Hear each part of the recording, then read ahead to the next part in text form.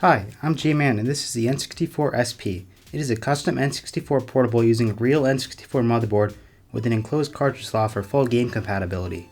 The case design is a clamshell type with a 5-inch screen and it uses a 4250 mAh battery cell which lasts around 2 hours on a charge. It uses USB-C power delivery charging and it can be played while plugged in for longer sessions. A Nintendo 64 portable takes a real N64 motherboard, a controller, portable screen, batteries, and packs it all into a compact case. They've been made for many years now, and it was my first portable project which got me hooked in the hobby after discovering that people were making these things. An N64 portable is still irrelevant due to the fact that emulation cannot be real hardware. Raspberry Pis and other emulation machines struggle with high compatibility. Also, the satisfaction of inserting your real game cartridges is great. The concept of this portable came after some recent development in N64 motherboard trimming. Modders have pondered for years whether or not it was possible to rewire the PIF IC. Turns out it is. The PIF, the chip responsible for interfacing with controllers and cartridge security chips, is located on the far edge of the motherboard. It has always limited how small we can trim the motherboard, and relocating it allows me to make the motherboard smaller than ever possible. It's been a dream of mine to make a small N64 portable with a fully enclosed cartridge slot, so I went off that and designed the whole case to look like a cartridge. The case is 3D printed on my Prusa MK3, and the buttons are resin printed on a Form 2. I used a spring hinge from a 3DS which can snap the screen to different viewing angles. The internals are made streamlined with an all-in-one PCB.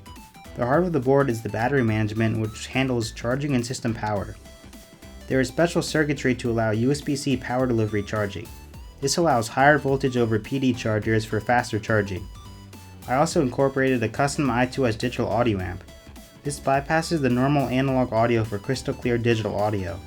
Lastly, there is the N64 Controller Emulator which is being developed by my friend Aurelio, who also brought us the GameCube Controller Emulator GC+.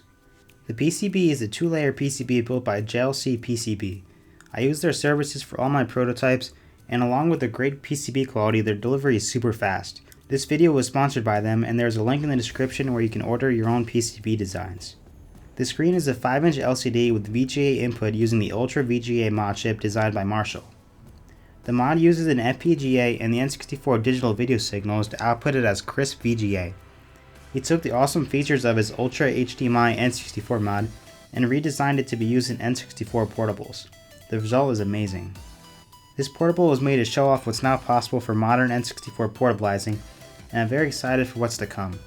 The BitBuild team will be working on a definitive N64 trimming guide showing off how to relocate the PIF IC, as well as bringing the N64 Controller Emulator to the store.